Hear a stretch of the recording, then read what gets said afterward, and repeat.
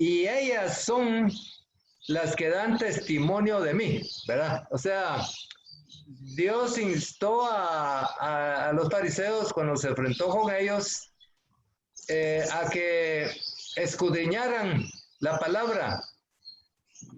Y en ese tiempo la palabra que tenían era el Antiguo Testamento, la ley, los salmos y los profetas, ¿verdad? Así que le digo, estudien, escudriñen, porque todas ellas son las que dan testimonio de mí.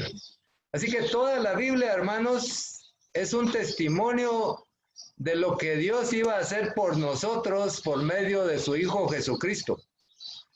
Así que ellas dan testimonio del amor de Dios, de la justicia de Dios, de la misericordia de Dios, de la verdad de Dios, de la gloria de Dios.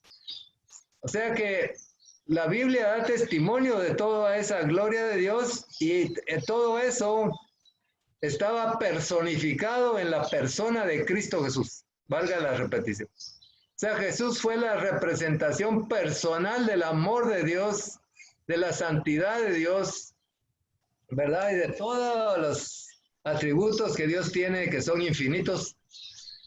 Así que entonces Él nos insta a que estudiemos la Biblia a nosotros también hoy, ¿verdad? Ese mensaje de escudriñar las Escrituras es verdad presente, tiene trascendencia, importancia hace 3,000 años, hace 6,000 años, hace 2,000 años, hace 1,000 años, hace un mes, hace un día, hace una hora, hace un minuto. Esa palabra de Dios es verdad presente. Así que nosotros no nos escapamos de esa amonestación de que debemos escudriñar las Escrituras. Y dice la sierva de Dios en el libro El deseo de todas las gentes, es el texto que está en pantalla. Dice la sierva de Dios en el capítulo Un Salvador os es nacido, dice, el carácter del Mesías había sido predicho desde mucho antes en la profecía. Y él, Jesús, deseaba que los hombres lo aceptasen por el testimonio de la palabra divina. Así que Dios desea, hermanos, que nosotros creamos en Él, que lo aceptemos, que lo adoremos, que le amemos, que lo sigamos, pero no por emoción, no porque otro nos ha contado algo, sino porque Él desea que lo aceptemos por el testimonio que da la Biblia de Jesús. Esa es la base de la fe, ¿verdad? Dios quiere que tengamos una fe firme, segura, un buen fundamento, una verdad, que nuestra fe se base en la verdad que Dios ha dado testimonio en la Biblia a favor de su Hijo Jesucristo, ¿verdad? Dios con nosotros, Emmanuel. Así que entonces, al día de hoy esta verdad es importantísima para nuestros corazones. Lo volvió a repetir Jesús por medio de su sierva, profeta Elena de White, y dice que Él desea hoy que nosotros lo aceptemos a Cristo por el testimonio de la palabra divina, ¿verdad? Así que Él lo que nos está diciendo ahorita es que escudriñemos la palabra, que veamos el testimonio que da la palabra y que si eso se cumplió en Jesús, entonces lo aceptemos como Mesías, como el Emmanuel, como Dios con nosotros. Ahora, si en la Biblia no encontramos ningún testimonio anticipado acerca de todo lo que iba a hacer Jesús, su carácter, su forma de ser, sus milagros, su testimonio, su obra, entonces, si no encontramos nada en la Biblia ya escrito con anterioridad, entonces desechemos a Jesús. Pero si encontramos que la Biblia dio testimonio de Cristo, entonces no nos queda otro camino que aceptar que Jesús es el Hijo de Dios, es Dios con nosotros. Así que entonces, en base a este texto, hoy vamos a ver qué pasó con Israel, hermanos. Israel tenía todo el sistema de verdades que nosotros tenemos hoy, el santuario, los profetas, los salmos, el Pentateuco. Tenía toda la verdad en el santuario, en las fiestas solemnes. en los milagros hechos por Dios en el Antiguo Testamento. Israel tenía todo el sistema de verdades y sin embargo fue engañado por Satanás. Porque cuando Jesús vino, a pesar de todo el testimonio de la Biblia, Israel no reconoció a Jesús. Y lo mismo nos puede pasar a nosotros hoy, hermanos, si no vamos al testimonio de toda la Biblia y vemos lo que Dios dice de Cristo, que ahora ya no va a venir como un bebé indefenso, sino va a venir como Rey de reyes, Señor de señores, Juez de jueces. Él va a venir y si nosotros no estudiamos el testimonio que da la palabra divina, pues nos vamos a perder en el tiempo y en el espacio y en los eventos y no vamos a reconocer la segunda venida de Cristo. Así que por eso es importante que aprendamos la lección de Israel, cómo fue que se dejaron engañar por Satanás y cuando vino Jesús, después de 4,000 años de espera del Mesías, el pueblo lo que hizo fue crucificarlo. Fíjense ustedes qué ilógico, qué absurdo, qué vergonzoso. 4,000 años de espera de estar hablando del Mesías y del Mesías y del Mesías. Y cuando viene, lo llevan a la cruz. Así que entonces, solo quiero, como un paréntesis, darles la integración del Sanedrín. ¿Qué era el Sanedrín?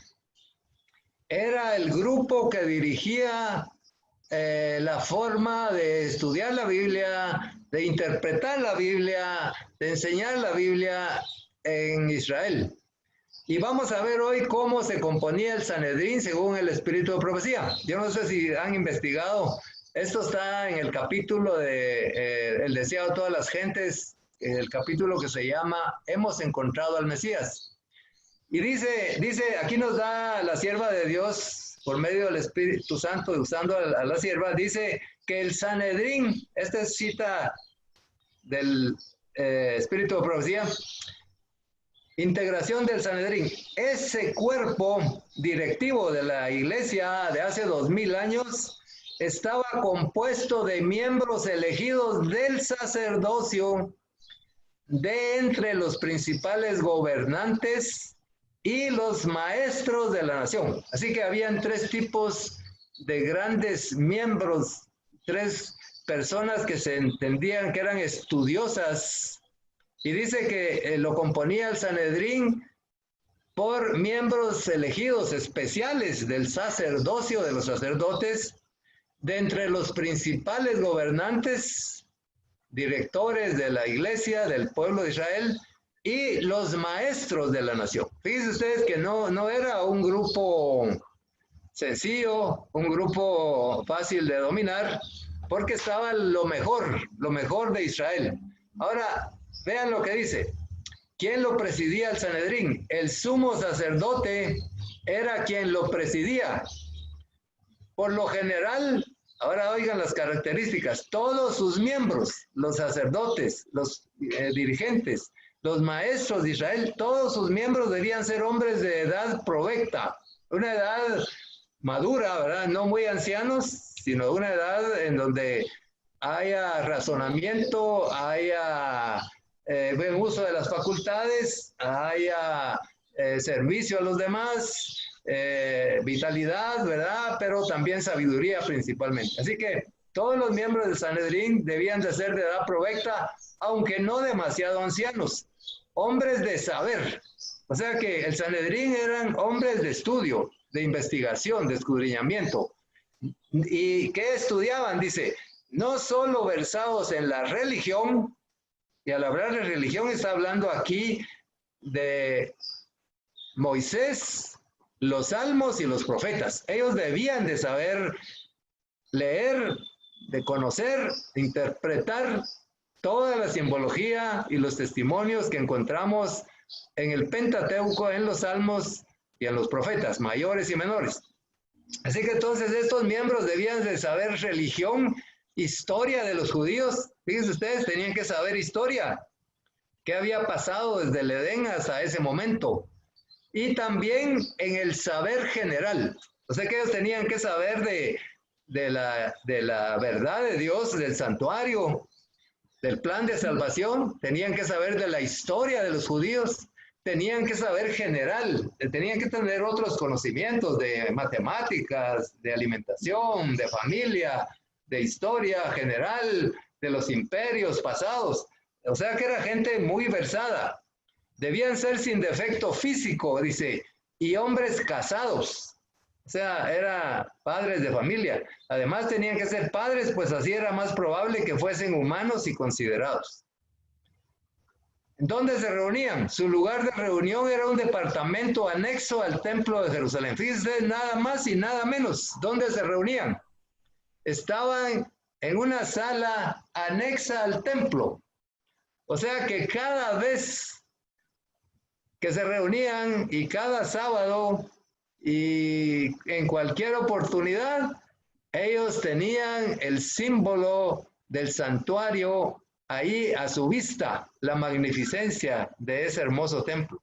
O sea que no eran desconocedores del servicio diario, del servicio anual, del día de la expiación, de la fiesta de las cabañas, de la Pascua, de la fiesta de los panes sin levadura, de la fiesta de las primicias.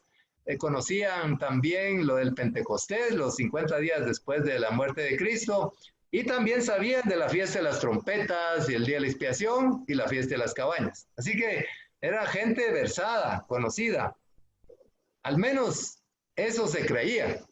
Y dice que ellos poseían autoridad secular como eclesiástica, o sea, tenían autoridad sobre el pueblo en asuntos seculares comunes de la vida y también en asuntos religiosos. Aunque en el tiempo de Cristo el Sanedrín se hallaba subordinado a los gobernadores romanos, ejercía todavía una influencia poderosa en los asuntos civiles y religiosos. Así que, entonces, era el tipo de dirigentes que tenía Israel, y a ese tipo de dirigentes, estimados hermanos, Satanás los embaucó, los encantó, los infatuó y los engañó. Porque a pesar de todo el estudio que deberían tener, interpretaron más mal, interpretaron mal la palabra, interpretaron mal las profecías, y cuando vino el enviado de Dios, el profeta de profetas, el pastor de los pastores, el médico de médicos, cuando vino Jesús y hizo su presencia, a pesar de todos los testimonios que habían habido antes, durante su nacimiento en el templo, por medio de Zacarías, por medio de Elizabeth, que dio testimonio de que el niño era el Mesías, también la mamá y el papá de Juan el Bautista, ellos dieron testimonio de Cristo, los ángeles dieron testimonio, Juan el Bautista les dice, este es el Mesías, y entonces, a pesar de todas esas evidencias, el Sanedrín pasó por otro camino, no tuvo ninguna participación y se dejó engañar por Satanás y engañó a toda una nación. Dice la sierva de Dios que la pérdida de esa nación se debió a sus dirigentes. Así que entonces, hermanos, nosotros no podemos confiar en ningún dirigente humano. Nuestra confianza debe estar depositada en Cristo Jesús. Él es el que inspiró a los profetas por medio de su Santo Espíritu, inspiró toda la Biblia y ella es la que da testimonio de él. Así que les saco a colación quién era el Sanedrín y a qué tipo de personas estudiadas y versadas engañó Satanás. Y si nos comparamos nosotros con ellos, pues yo creo que nosotros somos una más fácil presa del diablo si nosotros no nos cimentamos en la Biblia. Si no pedimos la influencia del Espíritu de Dios para que nos guíe y nos ilumine y nos dé sabiduría, si no, vamos a ser también arrastrados en este tiempo. Hermano Romeo. Sí, hermano Juan Carlos. Estoy viendo aquí que en el texto que usted tomó, dice en Juan 5:43, yo vine en mi nombre de mi Padre y no me recibisteis. Si otro viniera si otro viniera en su propio nombre, a ese recibiréis. O sea, aquí nos está hablando de que al mismo Dios, esos israelitas no lo recibieron. Exactamente. Y al diablo sí lo recibieron. El que viene en su propio nombre. Puede usted imaginarse eso, hermano Juan Carlos. Qué error más terrible. Por eso fue destruido ese pueblo en el año 70, ¿verdad? Así que sí, importante su observación, hermano. Vamos a tocar ese puntito adelantito. Así que entonces, para no repetir esa historia, vamos a estudiar el método que Jesús da para no repetir la historia de Israel. Y la base, cómo escudriñar las escrituras, está en Juan 5:39, donde dice, escudriñar las escrituras porque ellas dan testimonio de mí, dijo Jesús. Muy bien.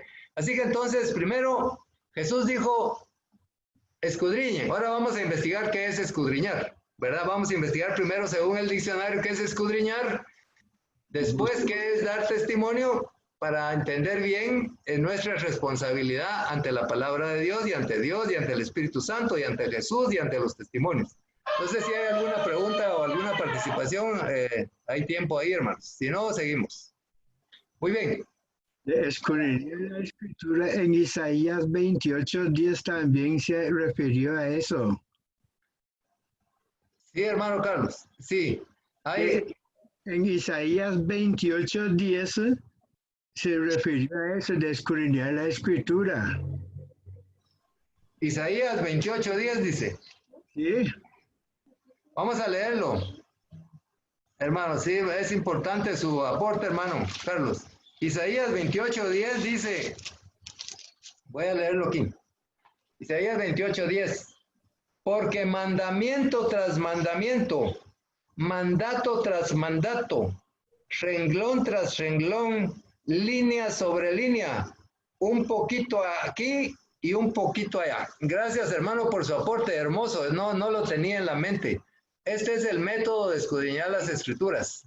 Así es. ¿Isaías cuánto fue? Isaías 28:10, ¿verdad? Entonces hoy vamos a ver qué es eso de escudriñar mandamiento tras mandamiento, mandato tras mandato, precepto tras precepto, línea sobre línea, un poquito aquí, un poquito allá.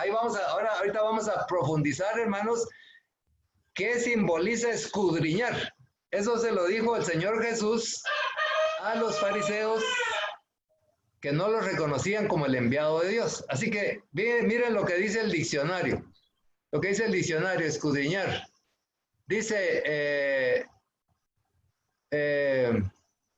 escudriñar. Ay, perdón. Perdón, hermanos. Perdón, hermanos, solo se me fue el texto un momentito, pero vamos a... Abrirlo. El centro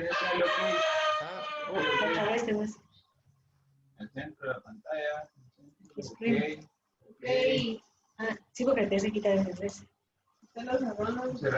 Bueno, ¿qué pasa? No está ahí en pantalla. Ahorita, un segundo, hermanos, perdonen el paréntesis aquí que me apareció algo ahí en pantalla y ahorita abro el texto. Aquí está, ya ahorita aparece. Y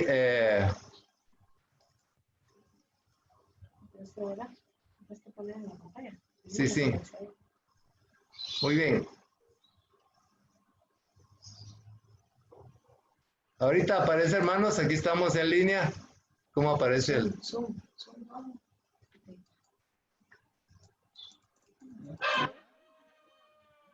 Entonces. Aquí vamos a ver el significado de la palabra escudriñar. Vean ustedes lo que simboliza, hermanos, significa escudriñar. Esto lo dice el diccionario. Esto me metí a internet y vean lo que dice. Escudriñar, eso fue el mandato de Dios y es para nosotros. Dice, indagar meticulosamente algo, lo cual a veces requiere revisar cosas que otros ignoran o tiran a la basura. Fíjense ustedes que meterse a cosas que a veces no nos agradan, como es escudriñar entre la basura. La palabra escudriñar viene del latín scrutiniari, y de scrutari, que quiere decir rebuscar. Y esta palabra rebuscar viene de la palabra scruta, que es basura. O sea que escudriñar significa indagar meticulosamente algo que otros ignoran, que otros rechazan, que otros tiran a la basura. Al día de hoy, muchos seguidores de Cristo dicen que no sirve el Antiguo Testamento. Lamentablemente, los pobres hermanos están equivocados, ¿verdad? Porque el Antiguo Testamento tiene plena validez, porque ella es la que da testimonio de Cristo. Así que hay otros que tiran los testimonios. Al día de hoy están tirando los testimonios de la hermana Elena de White y no saben que ahí hay un tesoro, ¿verdad? Y nosotros debemos investigar, meternos a buscar en la historia, en los libros, en el desarrollo del tiempo, cómo vinieron los imperios y cayeron, para ver si Daniel tenía razón o no. Eso es escudriñar. Así que viene de buscar.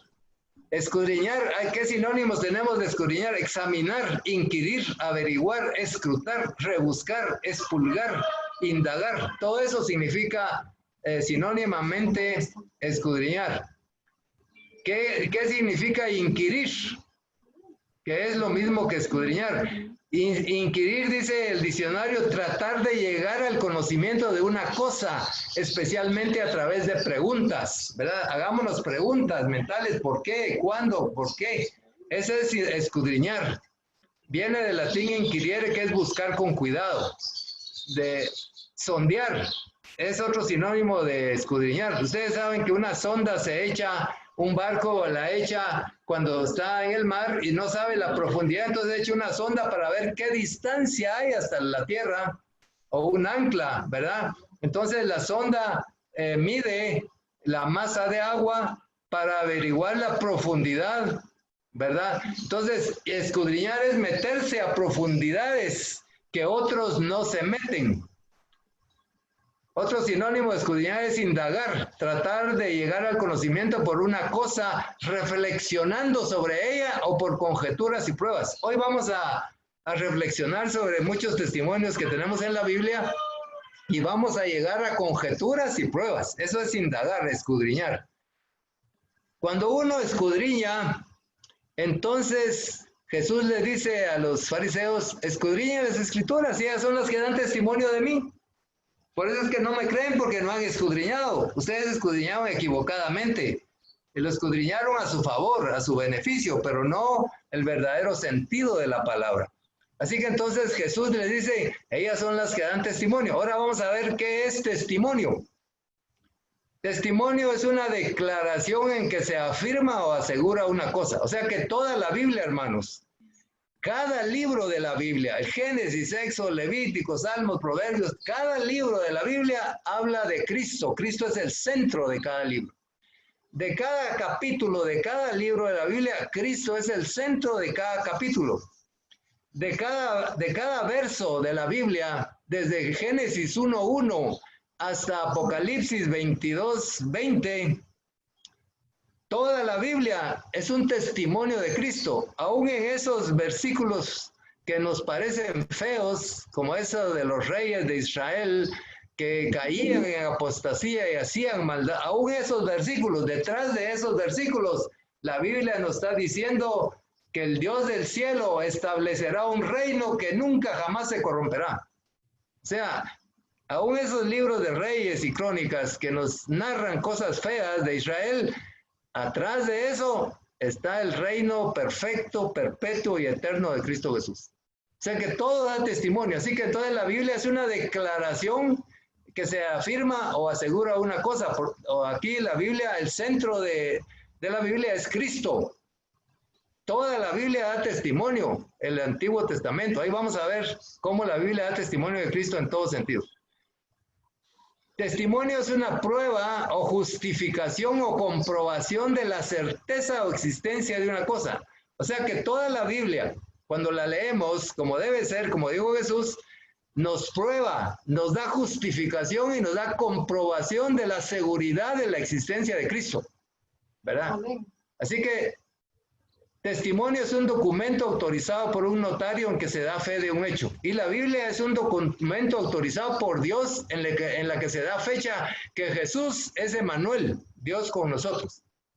Así que entonces no es nada fácil evadir el escudriñamiento de la Biblia, porque dice Dios y Jesús dijo, ellas dan testimonio de mí. O sea que no podemos evadir y decir, no, mejor yo no estudio la Biblia porque no quiero meterme a problemas de tener que cambiar esto en mi vida. Y nada, mucha gente hace eso, ¿verdad? Se hace el desentendido creyendo que de esa manera va a evadir la verdad, ¿verdad? Pero nosotros sabemos que no es así. Así que la palabra testimonio es una declaración, es una revelación, es una testificación, es una aserción, certificación, juramento, prueba, huella o vestigio. Todo eso nos ha dado Dios de Cristo, nos ha dado declaraciones, revelaciones, testificación, aserción o aseguramiento, certificación, juramento. Dios nos ha dado prueba de que Jesús era el Hijo de Dios, el Mesías, nos ha dado huellas, nos ha dado vestigio. Así que quedamos sin argumento para rechazar la verdad de Dios. Muy bien. Bueno, vamos a pasar esto que es lo mismo.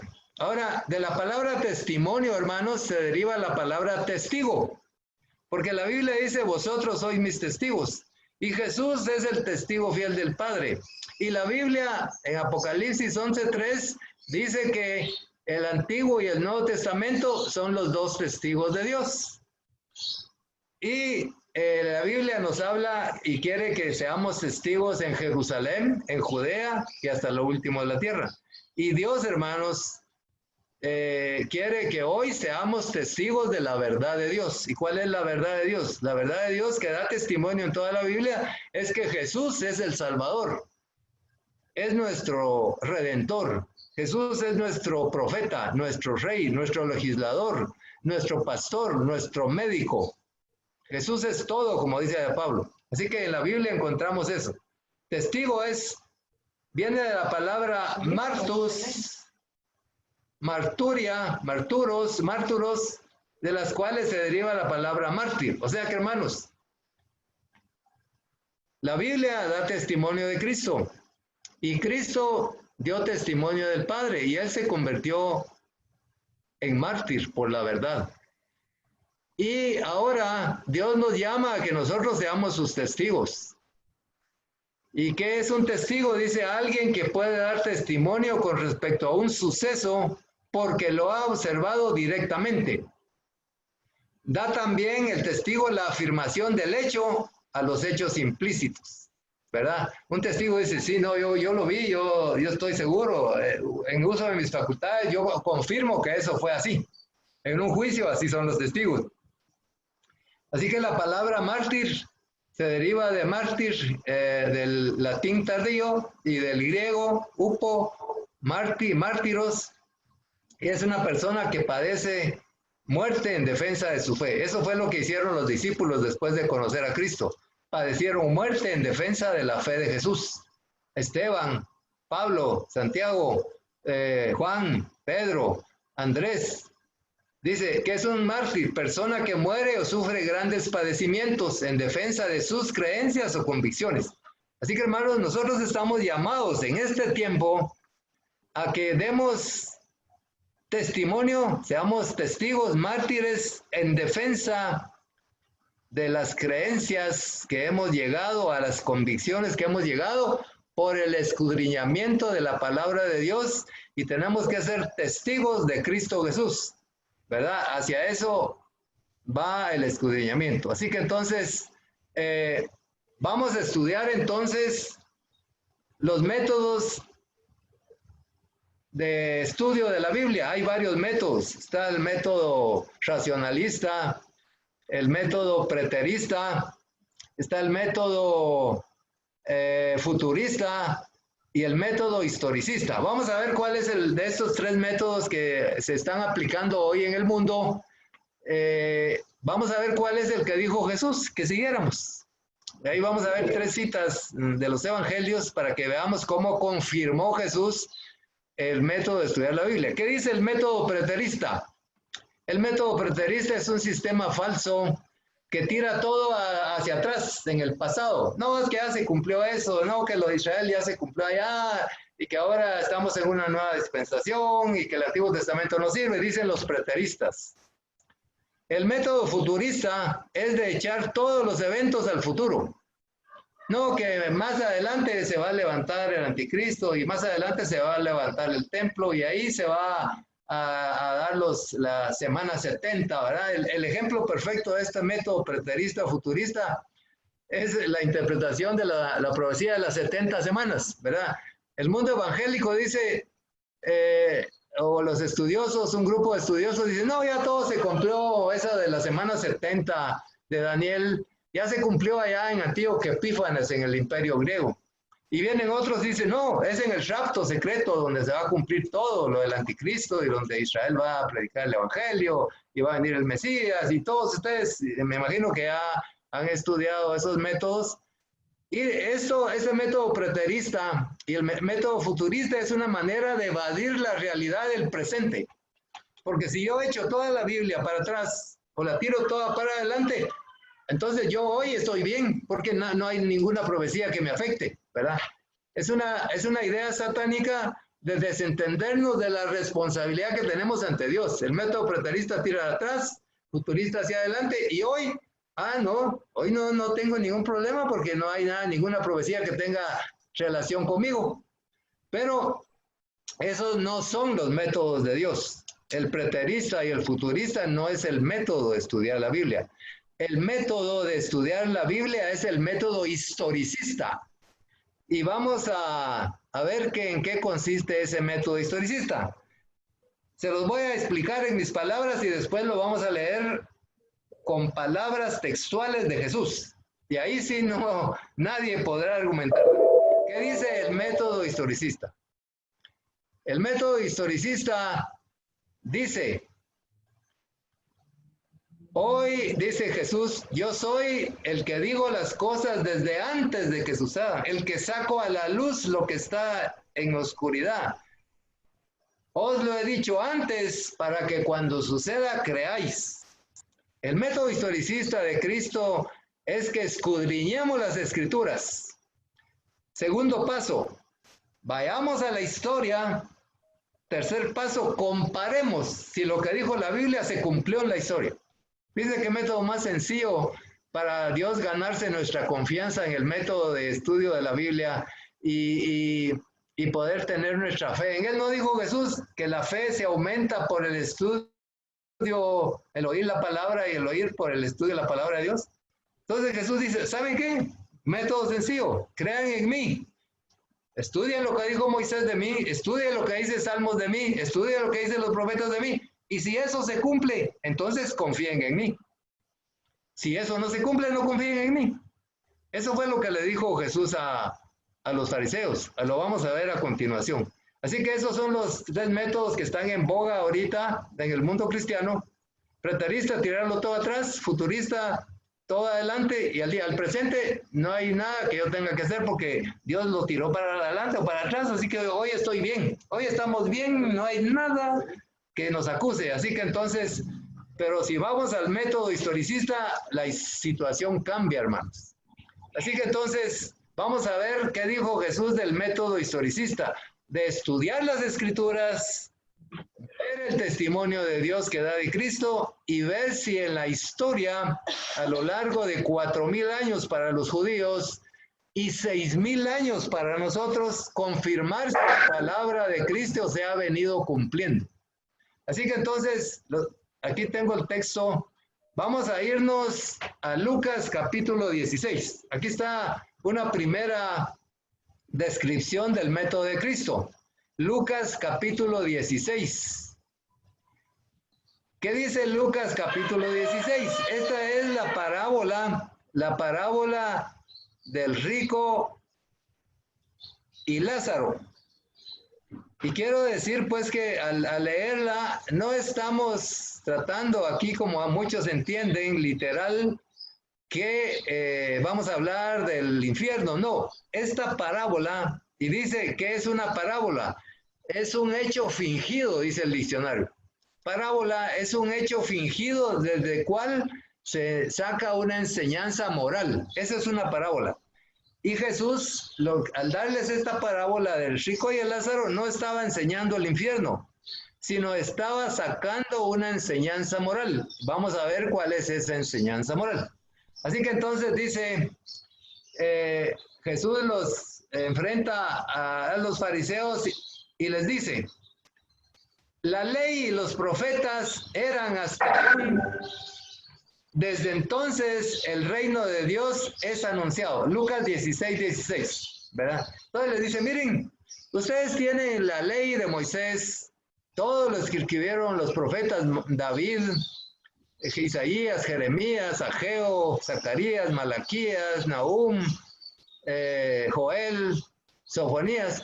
Le dice, ustedes tienen toda la ley y los profetas y tienen a Juan ahora, porque Juan había dicho que Jesús era el Mesías, era un profeta vivo.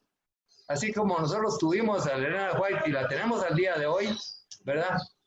Ella no está viva, pero sus escritos están vivos porque la palabra de Dios permanece para siempre, ¿verdad? Así que entonces Jesús les dice, miren ustedes tienen la ley y los profetas y tienen hasta Juan. Y desde entonces, desde el libro de Génesis 1:1, Génesis 3, cuando es la caída, les dice, desde entonces el reino de Dios es anunciado y todos se esfuerzan por entrar en él. Pero más fácil es que pase el cielo y la tierra que se frustre una tilde de la ley. O sea, que aquí le está diciendo, miren, primero se deshace la tierra, se desintegra el cielo, antes que algo de lo que está escrito en la ley de Moisés, en los mandamientos de Dios, primero se destruye la tierra y el cielo, que se frustre una pequeña cosita de la Biblia, ¿verdad? De la ley. Así que aquí estaba dando Jesús una certeza increíble, infinita, del cumplimiento de la palabra de Dios. Y ahora empieza a darles una parábola. Y dice, fíjense ustedes cómo pasa, ahí dice, había un hombre rico que se vestía de púrpura y de lino fino y hacía cada día banquete con esplendidez. Había también un mendigo llamado Lázaro que estaba echado a la puerta de aquel lleno de llagas. Y el Lázaro ansiaba saciarse de las migajas que caían de la mesa del rico. Y aún los perros venían y le lamían las llagas. Sabemos que son dos condiciones sumamente opuestas, ¿verdad? Había un abismo entre ellos. Dice, y aconteció que murió el mendigo y fue llevado por los ángeles al seno de Abraham, y murió también el rico y fue sepultado. Y en el sepulcro, en el Hades, en el infierno, dice muchos, alzó sus ojos, el rico, ¿verdad? Estando en tormentos, y vio de lejos a Abraham y a Lázaro en su seno. O sea que se entiende aquí en la parábola que es un hecho fingido, de cual se saca una enseñanza moral. Se entiende que estaba el rico sufriendo tormentos en el infierno, pero Lázaro estaba en el seno de Abraham recibiendo bendiciones.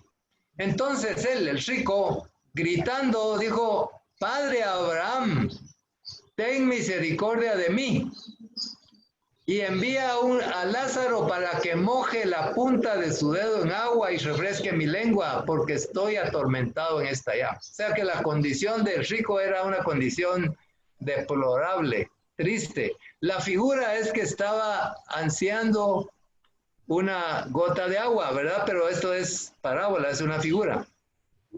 Pero le contestó a Abraham y le dijo, hijo, acuérdate que recibiste tus bienes en tu vida y Lázaro también sus males, pero ahora Lázaro es consolado aquí y tú atormentado.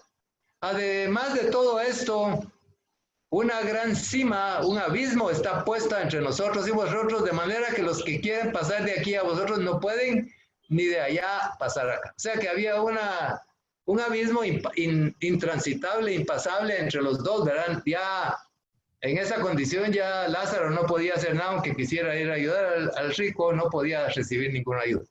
Vamos a ver qué significa eso.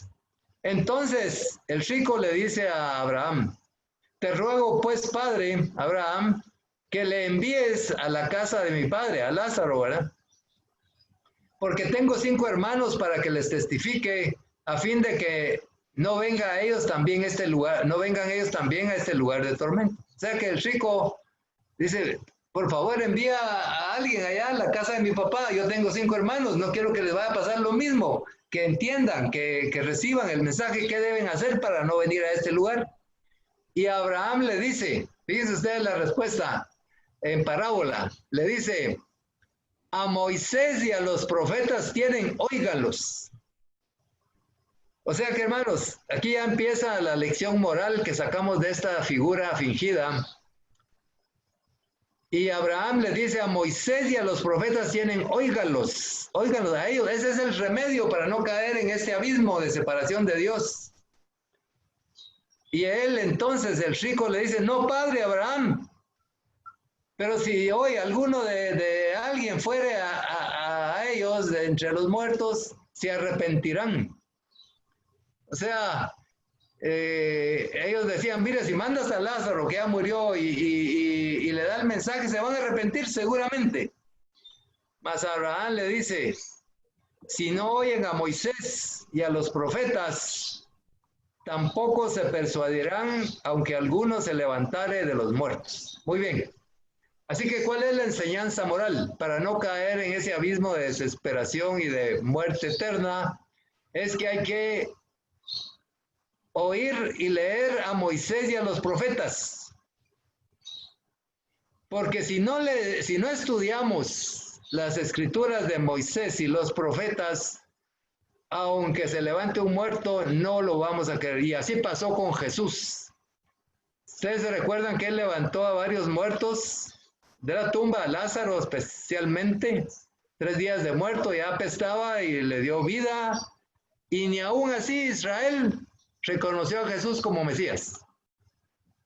Entonces, otro milagro que Israel tuvo, hermanos, fíjense ustedes hasta dónde llega la ceguedad de no estudiar la palabra de Dios. Jesús se levantó al 3er día de la muerte, resucitó a muchos, dieron testimonio en todo Israel, en Jerusalén, y aún así Israel no creyó que Jesús era el Mesías.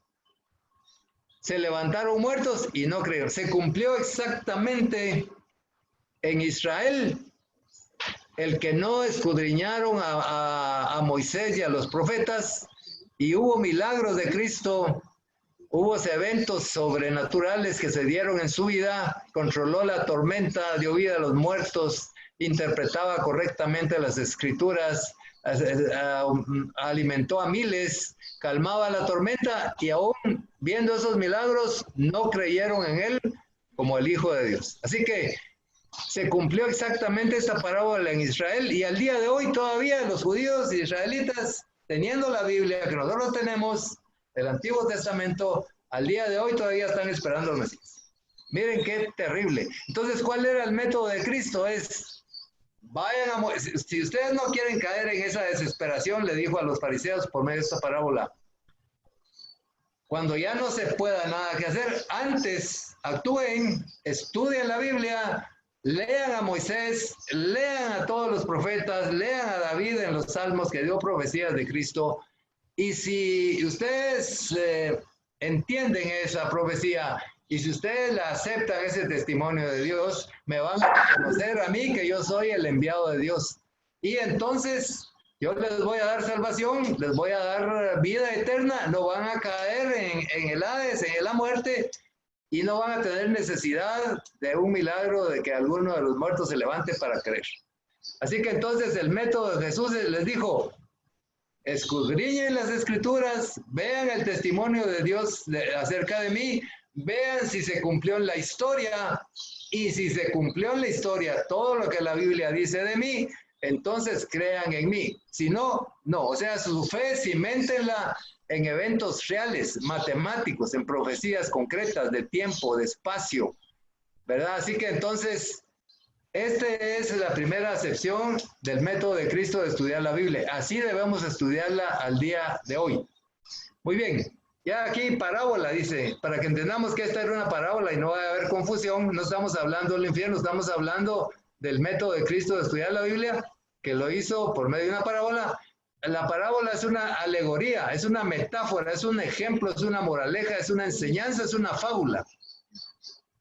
Es una fábula, parábola, narración de un suceso inventado de la que se saca una enseñanza moral. ¿Qué enseñanza moral sacamos nosotros, hermanos, de esta parábola? Que hay que estudiar a Moisés y los profetas para conocer a Jesús y recibir vida eterna.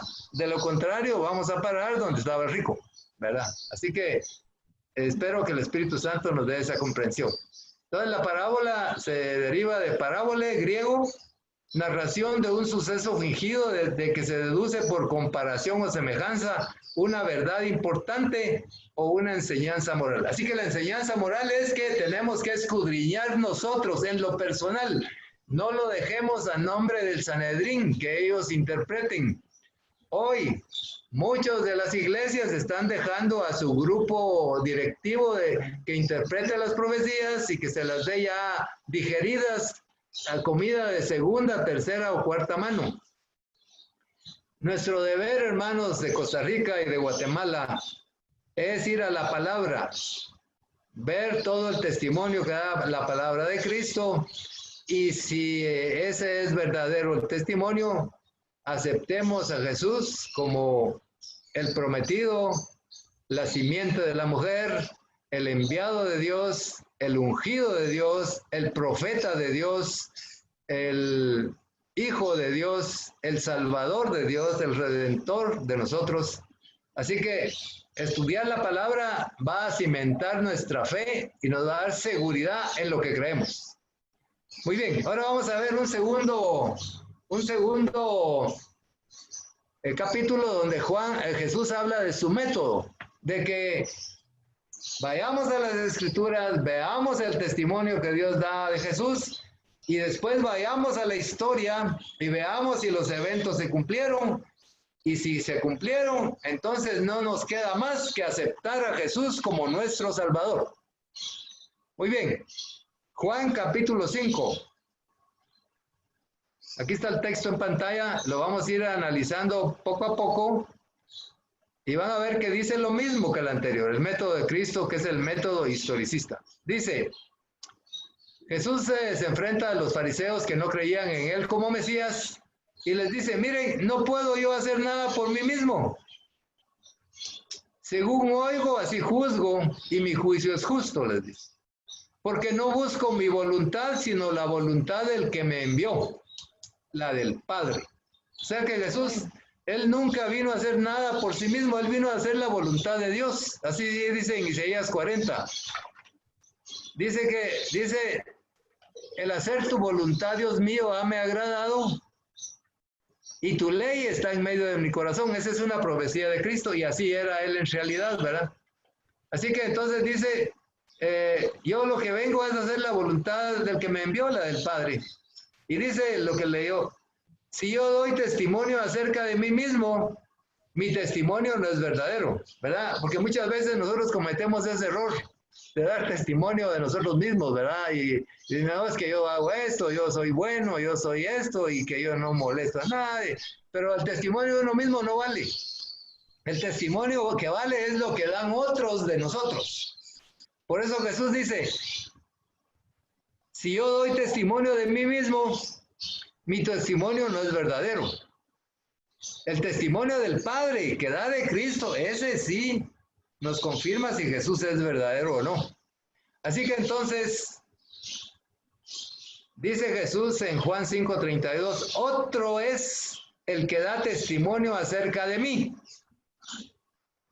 Y sé que el testimonio que da de mí es verdadero. Fíjense ustedes, ¿quién es ese otro que da testimonio de Jesús? Es el Padre, por medio del Espíritu Santo, por medio de las Escrituras, por medio de la naturaleza, por medio de los milagros, por medio de las fiestas solemnes, por medio de los símbolos del santuario, por medio de todas las promesas, por medio de todas las profecías, Dios ha dado testimonio de Cristo y dice, yo sé que ese testimonio que da de mí es verdadero, porque Jesús vino a esta tierra a cumplir la palabra de Dios y a cumplir los mandamientos. En Jesús se cumplieron las fiestas solemnes, se cumplió todos los símbolos del santuario, se cumplieron todas las promesas, se cumplieron todos los libros de la Biblia, todo lo que decía Éxodo, Génesis, Levíticos, Números, Deuteronomio, Salmo, Isaías, Jeremías, lo que dijo Daniel, se cumplió exactamente en Cristo Jesús. Por eso él dice, el que da testimonio cerca de mí es mi Padre, y yo sé que el testimonio que a mí es verdadero. Y dice, vosotros enviasteis mensajeros a Juan, dice Juan 5:33, y él dio testimonio de la verdad. Así que Juan el Bautista dio testimonio de la verdad. Los fariseos enviaron mensajeros a Juan a preguntarle, bueno, ¿tú qué eres? Le dice Juan, ¿tú eres el Elías o eres el profeta que había de venir o eres el Mesías? Y él dice, no, yo no soy ninguno de ellos.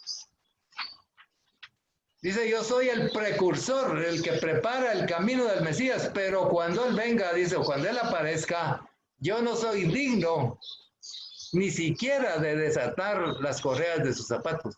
Y yo los bautizo en agua, pero él, dice Juan, él los va a bautizar en Espíritu Santo y fuego. Está diciendo, él es el Mesías, el que bautiza en el Espíritu. Así que entonces, Juan dio testimonio de la verdad. Juan dijo, él es el Mesías, es el Hijo de Dios. Él es el que había de venir. Y se los dijo a todo Israel, arrepiéntanse, digo, el reino de Dios ya se ha acercado, está entre nosotros. Ya Jesús estaba ahí. Y ahora Jesús en Juan 5:34 dice, pero yo no recibo testimonio de hombre alguno, mas digo esto para que vosotros seáis salvos. Y hablando de, Juan les dice, miren, Juan dio testimonio de mí, porque dio testimonio de la verdad. Yo no acepto testimonio de hombre alguno que venga así, sí, este es, no. Jesús no aceptaba testimonio de hombre, él aceptaba el testimonio de su Padre y del Espíritu Santo. Y dice, digo esto para que vosotros seáis salvos. Juan era antorcha que ardía y alumbraba, y vosotros quisisteis regocijaros por un tiempo en su luz, la luz de Juan, ¿verdad? Pero él fue pasajero, recordemos que Herodes lo mandó a matar. Pero ahora dice Jesús, mas yo tengo mayor testimonio que el de Juan, porque las obras que el Padre me dio para que cumpliese, las mismas obras que yo hago dan testimonio de mí, que el Padre me ha enviado. Miren, hermanos, parémonos un momentito ahí. O sea, Jesús dice, está bien, si no creen a Moisés y a los profetas, crean siquiera el testimonio de las obras que yo hago, porque las obras que yo hago, el Padre me dio autoridad y me envió para hacerlas. Imagínense ustedes, hermanos, cómo va a ser eso, que el pueblo de Israel no se puso a razonar cuando Jesús sanaba a los paralíticos, daba vista a los ciegos, calmaba la tormenta, multiplicaba los panes, levantaba a los muertos, recibía y perdonaba pecados. Que no hayan visto esas obras maravillosas de ayuda al prójimo, a los dolientes. Y no estaba profetizado en Isaías 61 eso de Cristo. Entonces, ¿qué estudiaban los del Sanedrín, hermanos? ¿Qué estudiaban de Isaías? Cuando ahí dice, el Espíritu del Señor está sobre mí para dar libertad a los cautivos, para libertar a los oprimidos, para predicar libertad a los presos, para dar vista a los ciegos, para predicar el año agradable de Jehová. Y cuando Jesús lo vino a hacer, entonces, ¿qué estaban estudiando los dirigentes, los 25 miembros del Sanedrín? Yo pregunto hoy, hermanos, al día de hoy, ¿qué están estudiando hoy los 25 miembros de la General Conference allá en Estados Unidos? ¿Qué creen que están estudiando para alimentarnos a nosotros, miembros de la Iglesia Adventista del Séptimo Día?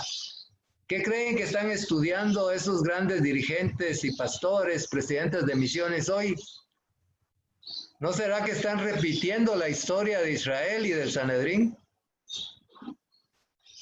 ¿Qué están estudiando los miembros de la Iglesia católica? los cardenales, ¿qué están estudiando hoy? Tienen 1.400 millones de seguidores. Ellos son los responsables de extraviarlos en la mentira. ¿Qué están estudiando esos dirigentes hoy? ¿Qué están estudiando los dirigentes de la iglesia mormona, de los testigos de Jehová? ¿Será que están recibiendo el testimonio del Antiguo Testamento? ¿Y qué estamos estudiando nosotros? Ahora una pregunta importantísima, porque este mensaje, hermanos, es para nosotros, no es para la iglesia organizada, es para nosotros. ¿Estamos estudiando la palabra con el método de Cristo? ¿Estamos agarrando la Biblia y viendo en la historia? ¿Conocemos el cumplimiento de las profecías de los 400 años de esclavitud que tuvo Egipto, de las 70 semanas de Israel, de las 7 vacas gordas y 7 vacas flacas? Sabemos la profecía de los 2300 días, la podemos interpretar y enseñar a otros, los 1260 años de la supremacía papal, los periodos de Daniel, los 1260, 1290 y 1335 días antes de la segunda venida de Cristo. ¿Será que nosotros también estamos estudiando conforme Dios Jesús quiere? ¿O estamos esperando que nos interpreten el anciano de iglesia o que otros hermanos interpreten las profecías a la conveniencia de ellos? Así que, hermanos, dice en 1 Corintios 10:11, el Espíritu Santo a través de Pablo dice, todo lo que le sucedió a Israel es para nuestra enseñanza, para nuestra admonición, para nuestra reprensión. Israel fue engañado por Satanás, por sus dirigentes. Y hoy las iglesias están siendo engañadas por Satanás y por sus dirigentes. No permitamos que hoy nos engañe la dirigencia de la iglesia a nosotros. Así que, hermanos, esta verdad es hoy, actual. En Juan 5:37 dice, también el Padre que me ha enviado ha dado testimonio de mí. Ya a continuación, si nos da tiempo, vamos a ver todo el testimonio que dio el Padre de Jesús. Lo tengo ahí listado uno por uno. Si nos da tiempo. Así que Jesús dice, el Padre, nuestro Padre Celestial, me envió y ha dado testimonio de mí. Nunca habéis oído su voz, ni habéis visto su aspecto. Y ahora les dice algo importante. Dice, no tenéis su palabra morando en vosotros, porque a quien Él envió, vosotros no creéis. O sea que, hermanos, cuando no hay escudriñamiento profundo, rebuscar, indagar, sondear, meterse a profundidades entre la basura, hasta lo que el hombre ha tirado como basura, nosotros debemos leer, y si no hay algo ahí de Cristo. Y entonces dice que el que no escudriña la palabra con la inspiración del Espíritu Santo y con la oración respectiva y con humildad, el que no dedica tiempo a estudiar, no tiene la palabra morando en él. Y no conoce a Jesús. Eso fue lo que la amonestación que hizo en Juan 5:38 a Israel y a sus dirigentes, y les dice, ni tenéis su palabra morando en vosotros, porque a quien Él envió, vosotros no creéis. O sea, el hecho de no estudiar la Biblia es rechazar a Cristo. No, es no creer en Cristo. Y entonces dice, en Juan 5:30, aquí va la amonestación de la base del estudio y les dice, escudriñen las escrituras. Ustedes dicen que en ellas tienen la vida eterna y es cierto, ahí está. Pero la vida eterna está en Jesús, hermanos. Amén. Él es la vida, no es la iglesia. No son los hombres, no son las buenas obras los que nos dan la vida eterna, es Cristo Jesús. No es la ley. Así que entonces, Jesús les dice, escudriñen las escrituras, lean a Moisés, a David en sus salmos, a Isaías, Jeremías, Daniel, todos los profetas. Y es cierto, ahí está la vida eterna de Dios, pero la vida eterna está en su Hijo. Por eso dice Juan, el que tiene al Hijo, tiene la vida, y el que no tiene al Hijo, no tiene la vida. Así que dice que entonces les dice, estudien, ellas son las que dan testimonio de mí. Yo no les pido algo imposible, ni algo tonto, ni algo emocional. Si confirman lo que la Biblia dice anticipadamente de mí, y si ustedes van a la historia y ven si se cumple, entonces crean en mí. Si no se cumple, no crean en mí. Porque les dice, y no queréis venir a mí, a pesar de que toda la Biblia se ha cumplido en mí, no queréis venir a mí para que tengáis vida. Gloria de los hombres no recibo. Jesús no quería testimonio de hombres. Y les dice, ustedes sí les encanta recibir aprobación de hombres. Les encanta recibir una palabra y una palmadita en el hombro del pastor que le diga, no, usted está bien así, hermano, siga adelante. Nosotros buscamos la aprobación de hombres, pero no la de Dios. Y Jesús les dice, yo gloria de los hombres no recibo. Mas yo os conozco que no tenéis amor de Dios en vosotros. ¿Por qué no tenían el amor de Dios en vosotros? Porque no tenían su palabra en su corazón. ¿Y por qué no tenían su palabra? Porque no habían escudriñado. Y como no habían escudriñado, no conocían a Jesús, no conocen el amor verdadero, entonces no tienen el amor de Dios en ellos. El que no estudia la Biblia no puede esperar que el poder de Dios, el poder del amor, de la verdad, de la justicia esté en su corazón. Porque eso es llevado al corazón por medio del Espíritu Santo, el que estudia la palabra. Yo he venido en nombre de mi Padre, dijo Jesús, y no me recibís. Y si otro viniere en su propio nombre, a ese recibiréis. Así que, hermanos, lo más absurdo es que Israel tenía 4,000 años de espera de Jesús. Y cuando viene, no lo reconocen, no lo reciben, no lo respetan, no lo buscan, no le siguen su palabra, no confirman la veracidad de todas las profecías en él. Pero viene otro. Jesús venía en el nombre de su Padre, fue enviado del Padre. Así está prometido. Así está prometido. El Hijo de Dios iba a venir a esta tierra. Y entonces dice, yo que vengo en el nombre de mi Padre, que las Escrituras dan testimonio de mí, que he hecho milagros, que mi Padre me envió, que yo no hago nada de mí mismo y que todo se ha cumplido y que hay testimonio de Juan y de hombres y de ángeles que yo soy el Hijo de Dios y a mí no me recibís.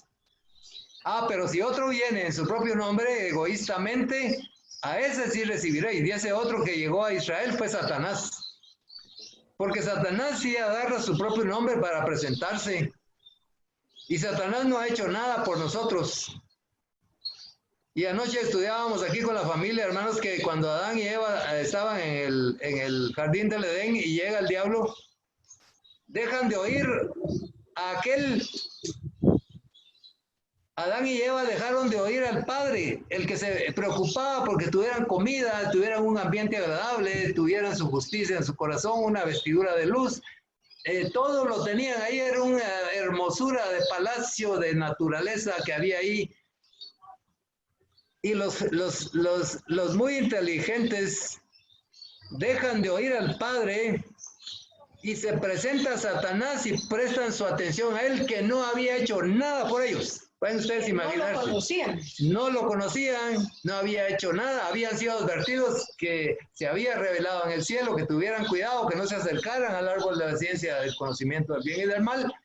Y Eva se acerca sin su esposo, se va acercando, queda encantada, hipnotizada, engañada por Satanás y le prestan oído a alguien que no había hecho nada por ellos ni hará nada por ellos.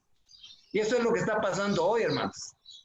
Que no le damos importancia a la palabra de Dios, que es el que nos da la vida, nos creó, nos da salvación, nos mantiene a la familia, nos da facultades mentales, espirituales y físicas, nos da su palabra, nos da testimonio, nos da su espíritu, nos da salvación, esperanza, nos da a Cristo, el mayor regalo del cielo. A Él sí no lo oímos. Pero sí hay tiempo para ver internet y para leer otros libros, ir a deportes, ir a pasear, a dormir. Sí hay tiempo para eso, pero a oír la palabra de Dios que da testimonio de Cristo a veces no tenemos, hermano. Y eso es lo que le está reprochando Jesús y nos reprocha hoy a nosotros. Y dice, yo he venido en nombre de mi Padre, Él ha dado testimonio de mí que es verdadero y no me recibís. Pero si viene otro, a ese sí, inmediatamente lo reciben. Y eso fue lo que pasó con Israel. Cuando Pilato le presentó el dilema, ¿a quién quieres que os suelte? Se oyó un rugido ahí de demonios que decían, suéltanos a Barrabás y quita a este. Así que el día de hoy también el diablo es mejor recibido en Cristo Jesús. Cristo es el que trabaja continuamente por nosotros, intercede, nos da su espíritu, dio su vida por nosotros, y a Él cuesta que lo recibamos. Así que entonces dice, ¿cómo podéis creer? En Juan 5:44. ¿Cómo podéis vosotros creer? Pues recibís gloria los unos de los otros y no buscáis la gloria que viene del Dios único. Nosotros queremos recibir gloria de la dirigencia de la iglesia, de los pastores de la iglesia, de los ancianos de la iglesia. No, hermanos, esa gloria no sirve. Nosotros lo que tenemos que buscar es la aprobación y la gloria que viene del Dios único. Y la única manera de eso es que vayamos a Jesús. Y si vamos a Jesús es porque hemos estudiado la palabra y hemos recibido el testimonio del Padre. Y está la promesa que el que oiga de la palabra y el que lea la palabra, su fe va a ser aumentada. La fe viene por el oír y el oír por la palabra de Dios. Y entonces ahora Dios les dice algo especial y también a nosotros. Y les dice, bueno, ustedes no tienen la palabra de Dios morando en ustedes, no me reconocen como el Hijo de Dios y no tienen el amor en sus corazones porque quieren matarme. Y entonces les dice, no penséis que yo voy a acusaros delante del Padre. Juan 5:45. ¿Hay quien os acusa? Moisés, en quien tenéis vuestra esperanza. Entonces le dice, miren, yo no voy a acusarlos de nada del error que están cometiendo de no escudriñar las Escrituras y recibir el testimonio del Padre a favor mío. Yo no voy a hacer nada, no los voy a acusar, pero hay alguien que ustedes tienen mucha confianza y él sí los va a acusar. Porque a Moisés, si leemos los 5 libros, hermanos, miren, yo les aconsejo, yo no sé si ustedes lo han hecho, pero por si no, aquí nosotros nos llevamos más de un año estudiando texto a texto, desde Génesis 1:1 hasta Deuteronomio 30, 32, 33, el último, el Pentateuco. Miren, es una bendición, hermanos. Ahí se reafirman todas las verdades del santuario, del sábado, del juicio, de la salud, de la verdad de Dios, del plan de salvación de Cristo, nuestro sumo sacerdote, del plan de salvación, de la expiación. Yo les aconsejo, hermanos, en su método de estudio, estudien el Pentateuco. Israel tenía la obligación, el mandato de Dios de estudiar al menos una vez en el año de remisión, que era cada 7 años, tenían la obligación de leer el Pentateuco todos. Por eso Jesús les dice a los fariseos, yo no los voy a acusar. Moisés, en que ustedes creen que dicen que Moisés es aquí, que allá, pero ¿de qué sirve si no estudian sus escrituras? Porque si creyeses a Moisés, me creeríais a mí, porque de mí escribí.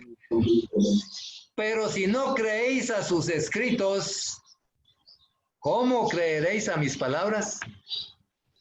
Así que, hermanos, para poder creer en Dios, en Cristo, tenemos que creer a Moisés, porque de él escribió. Y hermanos, si ustedes, hay miles de evidencias en los libros de Moisés, todo lo de Moisés, el centro es Cristo Jesús. Él es el que protegió el arca en el diluvio, él es el creador, él es el del santuario, el que le dio la verdad del santuario. Él es el que los cuidó en el desierto 40 años. Él es la serpiente de bronce. Él es el centro de las fiestas, 7 fiestas solemnes. Él es el centro del santuario.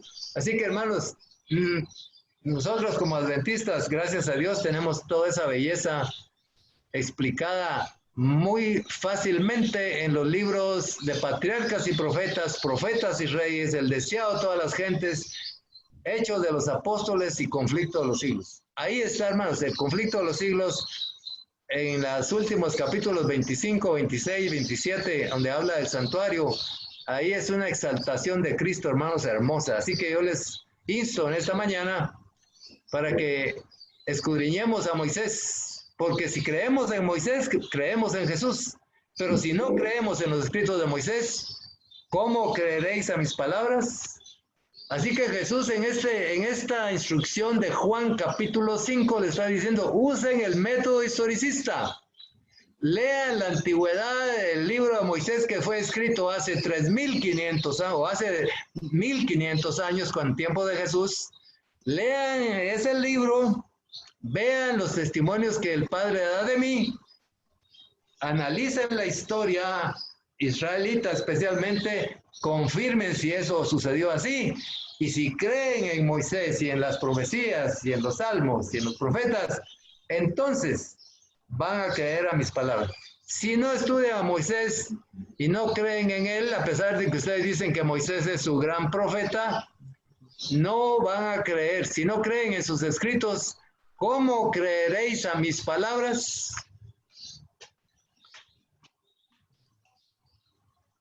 Hemos visto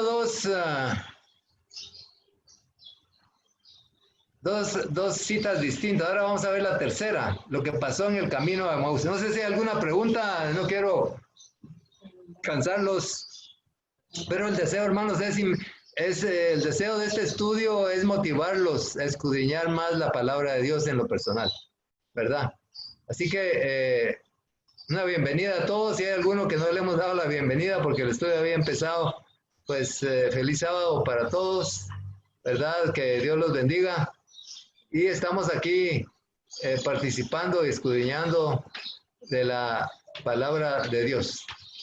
¿Te puedes cerrarme eso? Ah, su papá llegó. Muy bien. Es que ese cuarto huele muy feo. No, ya va a terminar. Porque quiere venirse para acá.